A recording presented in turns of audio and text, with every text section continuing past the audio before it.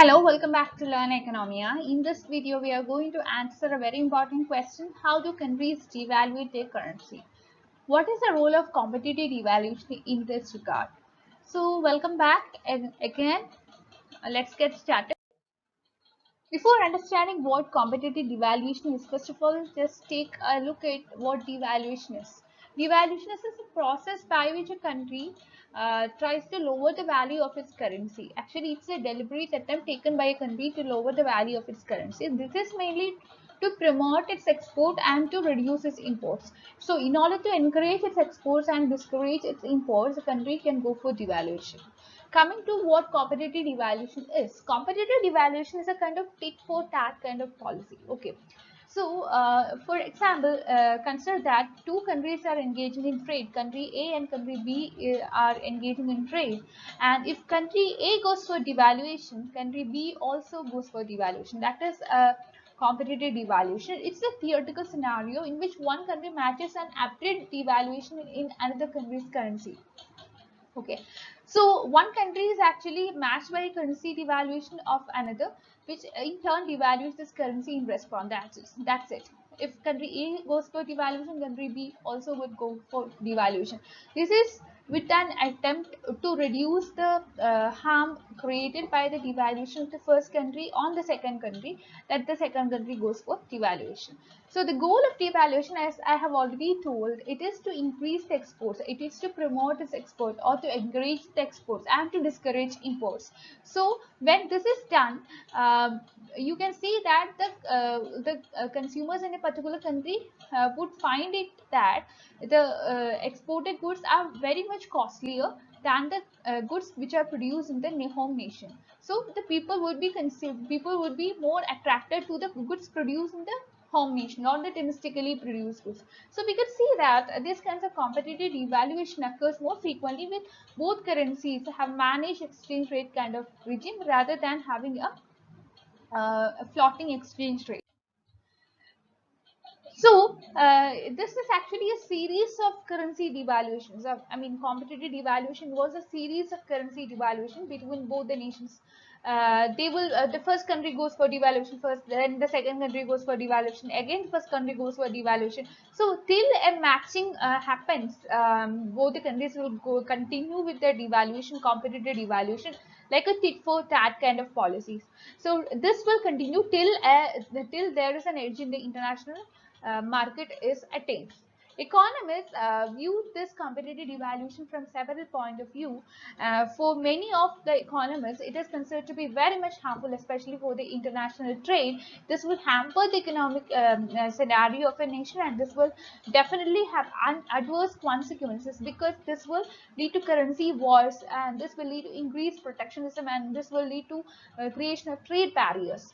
Competitive devaluation can lead to currency volatility as well. It will make the hedging cost higher, especially for the importers as well as exporters.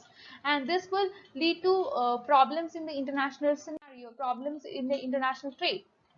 So coming to the economic theory behind this competitive devaluation, here comes the role of beggar the neighbor concept. I have already explained the concept in one of the previous videos. If you have not watched that video, I request you to watch that video to get a more clear understanding of the concept. Actually, this is actually a policy taken by one nation that in order to address its own economic situation, but when it tries to address its economic situation through a policy, it will lead to the situation of its trade partner worse.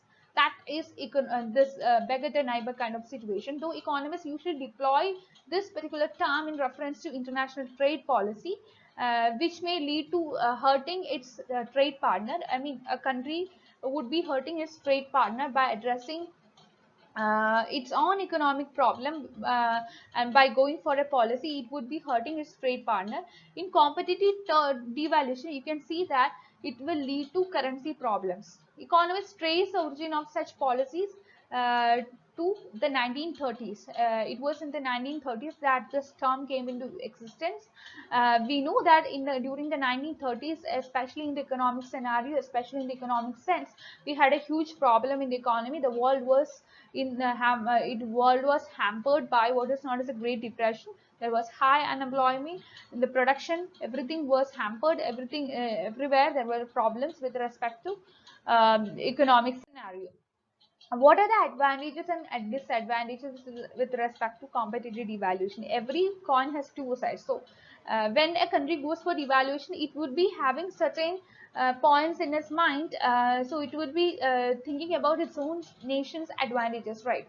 So because it takes import more expensive and currency export more promoting, currency devaluation is something which could be what to say, which is a positive stand taken by the country which has gone for this kind of policy, right? Currency devaluation actually forces the domestic consumers to look into the local alternatives. They will look into the domestically produced commodities rather than going for imported products, because if they go for imported products, they have to pay more, right?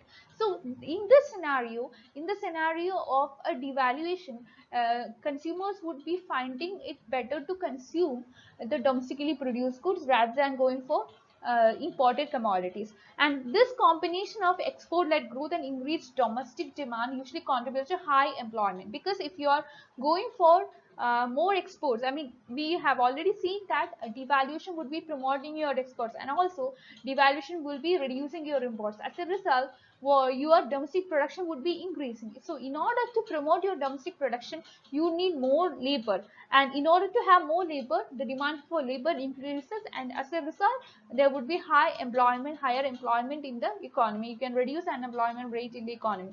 Unemployment would be reduced in that sense. Currency devaluation may lower productivity, since imports of capital equipment and machinery may become too expensive. So let's look into the pros and cons of this currency devaluation. Coming to the pros, we could see that we can have more competitive exports, we can increase the domestic demand for goods and services, and also there will be increase in the foreign investment as well as tourism as a result of favorable exchange rate. Coming to the cons, you can see that there can be an increase in the rates of inflation. There can be some investors fleeing to more stable currencies or assets, and also this would create a global currency war kind of a situation.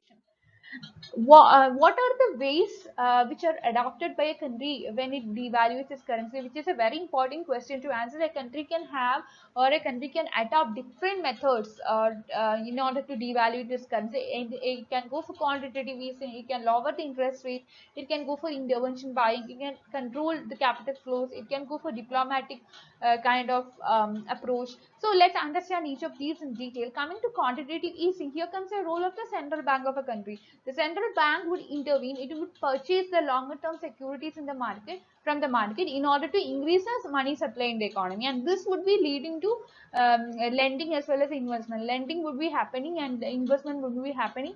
um, but there are very certain inflationary concerns when the central banks goes for quantitative easing. Coming to the lowering of interest rate, we know that when a country lowers its interest rate, that will encourage investment in that particular country, because the investors would be much more attracted to lower investment. So we can, by lowering its interest rate, a country makes its investment uh, at by looking into the several streams of flow of money from one country to another, right? Coming to the intervention buying, this occurs when a country purchases assets to support its prices. Capital flows plays another role here. A central bank can limit the amount of money what is traded from and to the country. Moving to the diplomatic aspect, we could see that here also comes the role of central banks. Here, the central banks will want to avoid manipulative practices. So this method is mainly about creating the proper situation about the value of the currency and making comments that will drive investor sentiment without needing to change the already existing kind of a situation. So the method which method a country would adopt would depend upon the timeline. It would depend upon the goals of a particular country. So here we could see that quantitative easing is one of the most used approaches with respect to currency devaluation, but we could see that there are many other alternatives available. Moving on to one of the real life example of devaluation, we could see that so this is actually a tug of war between US and UK. We could see that we are here we are taking an incident which happened during the during the late 60s and early 70s. Here actually what has happened was that getting of the gold standard in 1971, which was a very popular change, especially with respect to currency policies. Okay, and this has allowed many countries to previously base their currency on a physical commodity, and now it could fluctuate against foreign currencies in a dynamic manner. As a result, what the UK government has done is that, what the UK has done is that the UK has dropped the pound against its dollar in 1967 in order to combat high inflation in the country. So, as a result, so here we are actually looking at the tug of war between the currency war between UK and US. Let's see what has happened after that. Since there were not the only country to have currency pegged to the dollar, this became concerning for the US. What the US has done is that the US, in order to protect their own currency, they have reevaluated the relationship with gold, and the US dropping its convertibility into gold shifted the entire financial world into what we could see right now, a currency that is not backed by physical commodity. It is what is known as a fiat money. Here onwards, we are going to see and answer certain questions, very important questions. Under what are circumstances would a country would go for devaluation? So this is very much important. We have already seen that a country would go for devaluation mainly to encourage its exports and discourage its imports. So this might also uh, be to combat the rising inflation or to increase the foreign interest in the investment securities and tourism. And also, what is the most devalued currency, which is a very important question. Many of you might be wondering what is a very recent data. We could see that as of March 2022, it is the Iranian rial, which has become the most devalued currency in the world. It has traded at a rate of US dollar 1 to 42,300 rial. Many businesses have fled the country, especially during the Islamic Revolution of the 1970s, which had already casted an air of uncertainty regarding the Iranian business, which is still existing today. Does the currency devaluation help the economy? Again, an important question. We have to see that it would definitely help the economy if when a country goes for promotion of its export. But we have to see that a currency devaluation helps an economy or her city. It depends. It depends upon how both the domestic as well as international investors view the devaluation situation and how the other country would respond to it.